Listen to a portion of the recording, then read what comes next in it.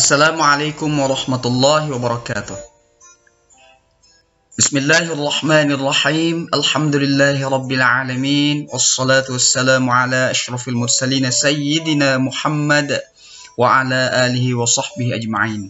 Ananda, kembali kita melanjutkan materi pelajaran kita secara online dan kali ini kita masuk ke pembahasan bab 11, yakni peradaban Islam pada masa modern. Baik, Islam pada masa modern. Masa modern, menurut Harun Nasution, dimulai dari tahun 1800 sampai dengan sekarang.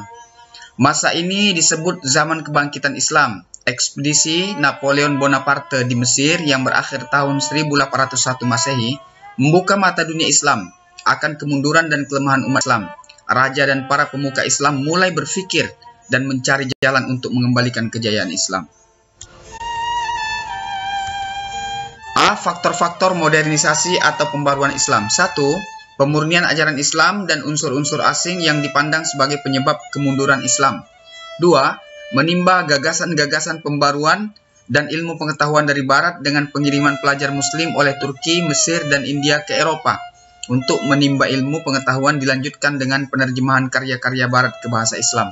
3. Kondisi negara-negara Arab seperti Mesir, Turki di bawah jajahan negara-negara Eropa, khususnya Prancis. Pembaruan di beberapa negara tidak terlepas dari peran tokoh-tokohnya Muslim. Di antaranya 1. Dari Mesir yaitu Muhammad Ali Pasha, Rifa'ah Baidawi, Rafi'at At-Tahtawi, Jamaluddin Al-Afghani, Muhammad Abduh, Rashid Ridho.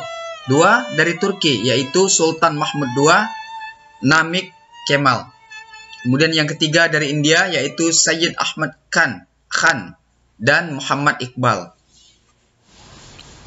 Selanjutnya, pengaruh Islam masa modern bagi Indonesia.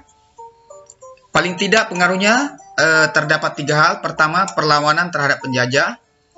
Yang kedua, berdirinya organisasi-organisasi keislaman. Dan yang ketiga, berdirinya perguruan tinggi keislaman.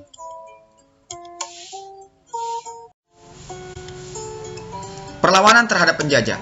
Sejak dibukanya terusan Suez tahun 1869, setiap tahun ribuan umat Islam Indonesia menunaikan ibadah haji. Banyak para haji dan ulama yang melakukan perlawanan terhadap penjajah. Antara lain, Perang Padri di Minangkabau 1821 sampai 1837 Masehi.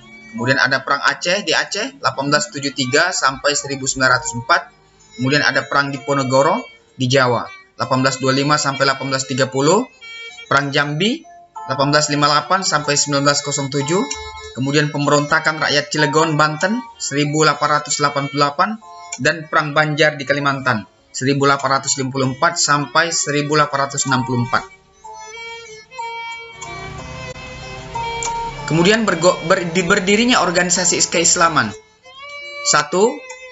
Organisasi Jam'iyatul Khair. Waktu berdiri 17 Juli 1905, tokohnya Sayyid Shihab bin Shihab. Berdiri di Jakarta ya. Kemudian fokus di bidang pendidikan. Kemudian ada Syarikat Islam atau SI. Berdiri 1905, awalnya bernama Syarikat Dakwah Islam, berubah nama menjadi Serikat Islam tahun 1912. Tokohnya adalah Kiai Haji Samanhudi, Haus Cokro Aminoto, Abdul Muiz, Agus Salim. Berdiri di Jakarta, di Solo, kemudian bergerak di bidang politik, dakwah, dan sosial. Kemudian ada namanya Persatuan Umat Islam tahun 1911, tokohnya Kiai Haji Abdul Halim, tempatnya di Majalengka, Jawa Barat, fokus di bidang pendidikan dan dakwah. Kemudian ada Organisasi Muhammadiyah, berdiri 18 November 1912 oleh Kiai Haji Ahmad Dahlan, pusatnya di Yogyakarta, bergerak di bidang ekonomi, sosial, kesehatan, pendidikan, dan dakwah. Kemudian yang kelima ada Al-Irsyadul Islamiyah, berdiri 1913, tokohnya adalah Syekh Ahmad Syurkati, tempatnya di Jakarta, bergerak di bidang pendidikan dan dakwah. Kemudian berdirinya perguruan tinggi keislaman. Antara lain, 1. Pertama kali yang berdiri adalah Universitas Islam Indonesia atau UII pada 20 Februari 1951. Kemudian yang kedua, pada tanggal 26 September 1951 dibuka perguruan tinggi baru dengan nama Perguruan Tinggi Agama Islam Negeri atau PTAIN di bawah pengawasan Kementerian Agama. Kemudian yang ketiga, pada tahun 1960, PT AIN berubah nama menjadi Institut Agama Islam Negeri atau IAIN. 4. Sekarang beberapa IAIN berubah menjadi Universitas Islam Negeri atau UIN. Sekolah Tinggi Agama Islam Negeri atau STAIN berubah menjadi IAIN. Ananda, ini bagian akhir dari pelajaran kita. Bapak memberikan tugas. Nah, ini tugasnya.